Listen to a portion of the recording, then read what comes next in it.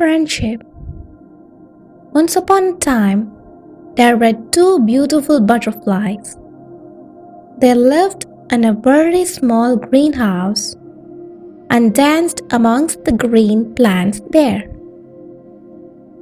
They smiled at the delicate little ferns and sang to the big leaf trees.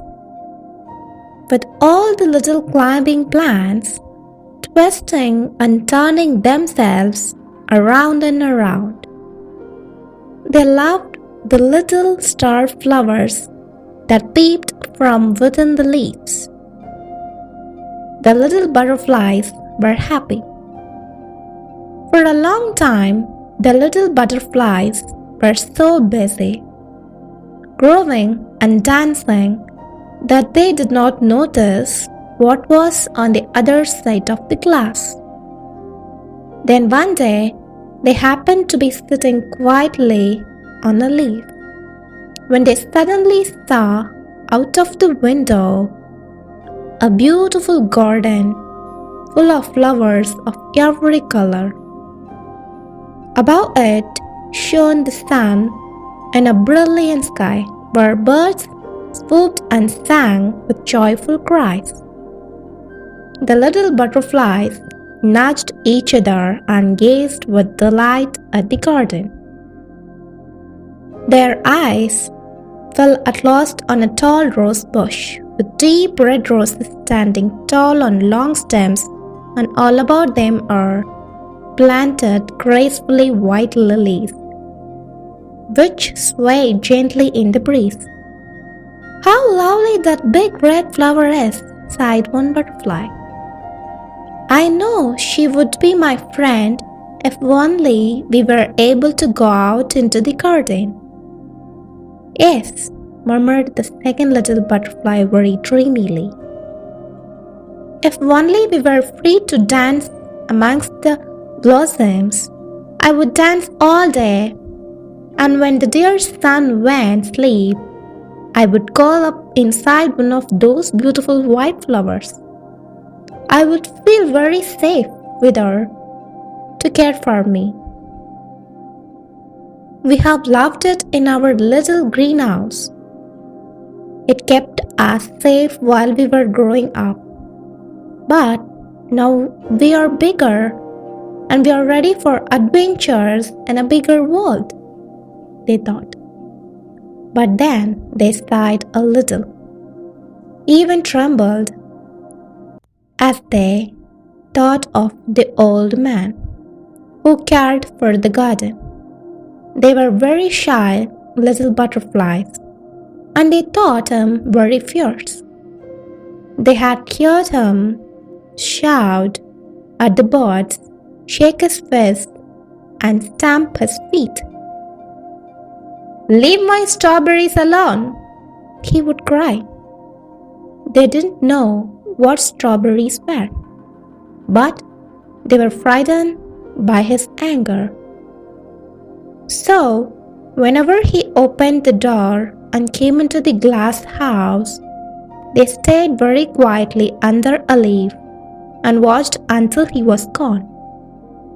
But it meant they could never go into the garden. They were too frightened of what might happen. The two little butterflies thought about the beautiful garden they wanted to visit so much, and then about the fierce old man, and they cried and cried.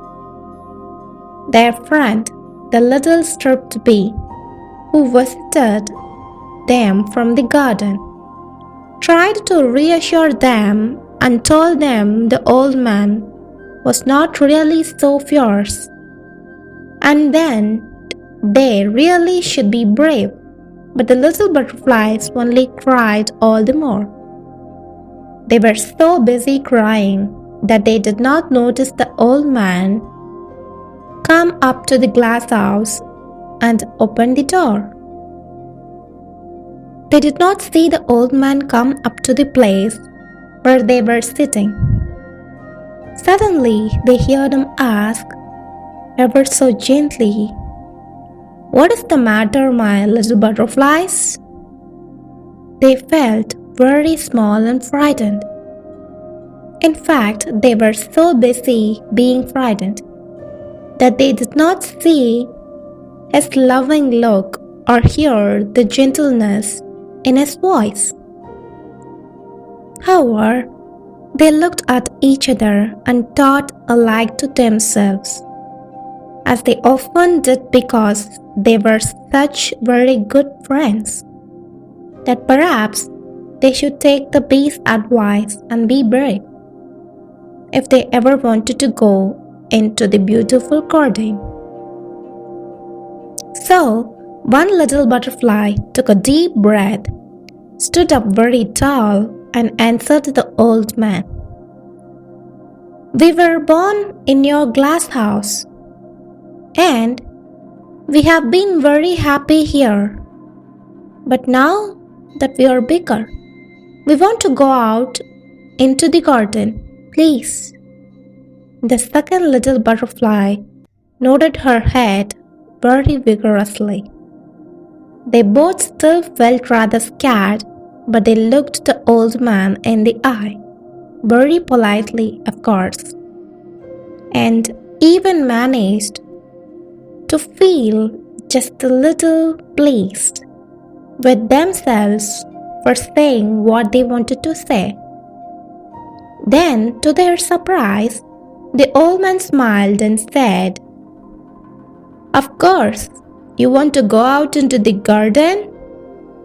Every butterfly should be free to have a garden to dance and sing in,